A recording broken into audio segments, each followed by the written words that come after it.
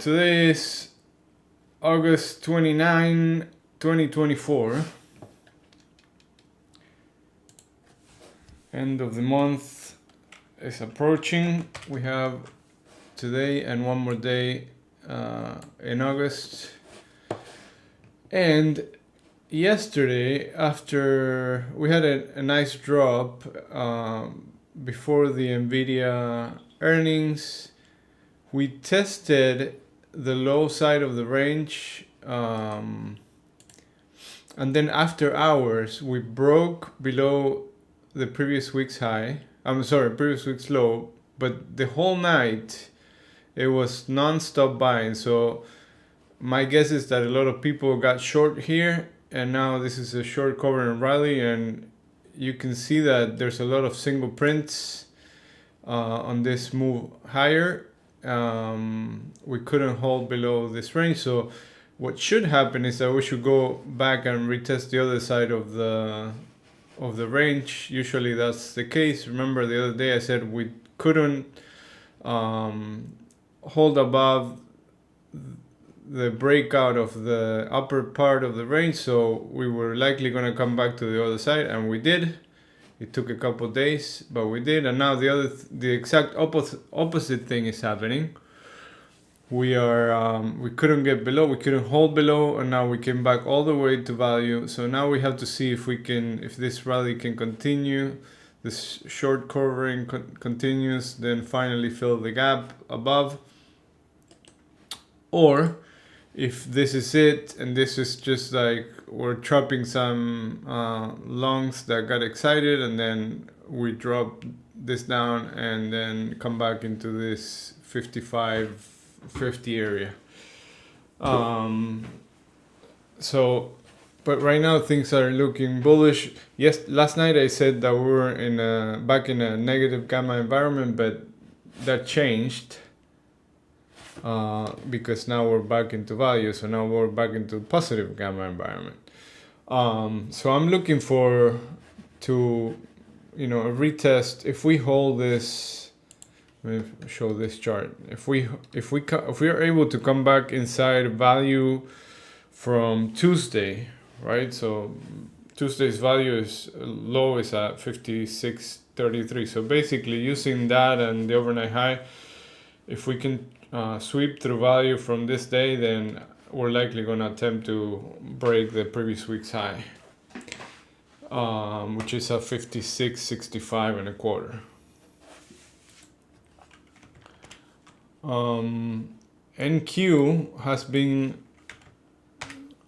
a little weaker, and even though we found support here at the 20 moving average and the previous swing high and fill this gap overnight, we're still not above inside the previous week's range. So we're trading right below the previous week's low, but we have a big magnet here at 19,586 and 19,610.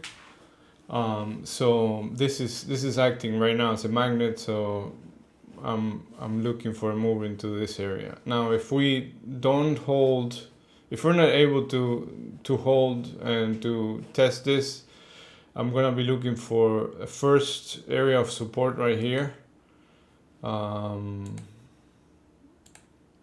this area. If this doesn't hold, then I'm going to be looking for a retest of yesterday's low and a retest of this area where we saw this accumulation on the overnight session and the 19, 12, 20, around there. But right now this is looking bullish. Again, I'm thinking that shorts got trapped attempting to short this, and now they're getting squeezed.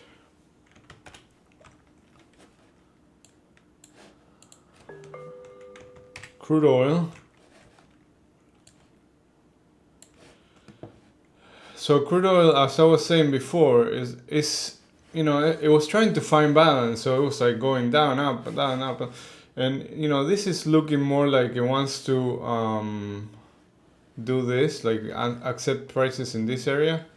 So the way that I haven't been trading oil lately, but the way that I would trade this is that I would look for those low volume nodes to lean into, and then target the high volume nodes, right? So let's say right here, right? So this is we're trading right at the low volume node. So if we hold above this, I would target this 90-day point of control at 75.55. And if we don't, then I would look for a move down into this 74.90 and 74.75. Same thing here, 74 holds, move back into the point of control. If it doesn't hold, we'll look for a move into the 73.80 and then 73.25. So that's how I would trade it. And you know, like, you can risk little if you think of it like that. You might get stopped out a couple times, but very little risk if you do that. But yeah, but I'm looking for all this to get filled and then to see if we can accept prices in this area.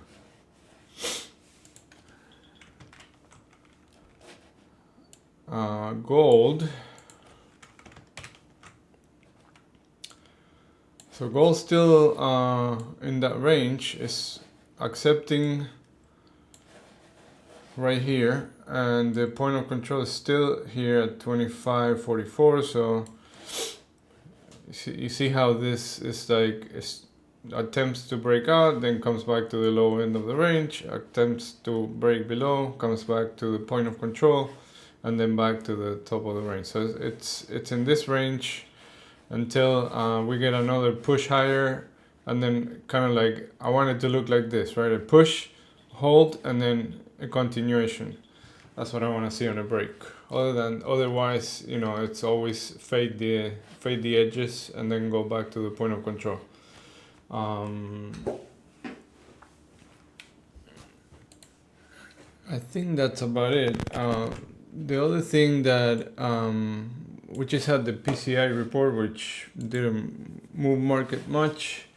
But then at 10 a.m. today, we have U.S.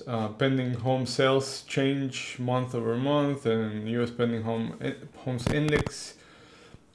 Then we have a couple of bill auctions in the 7-year auction at 1 p.m. The 4-week is at 11:30.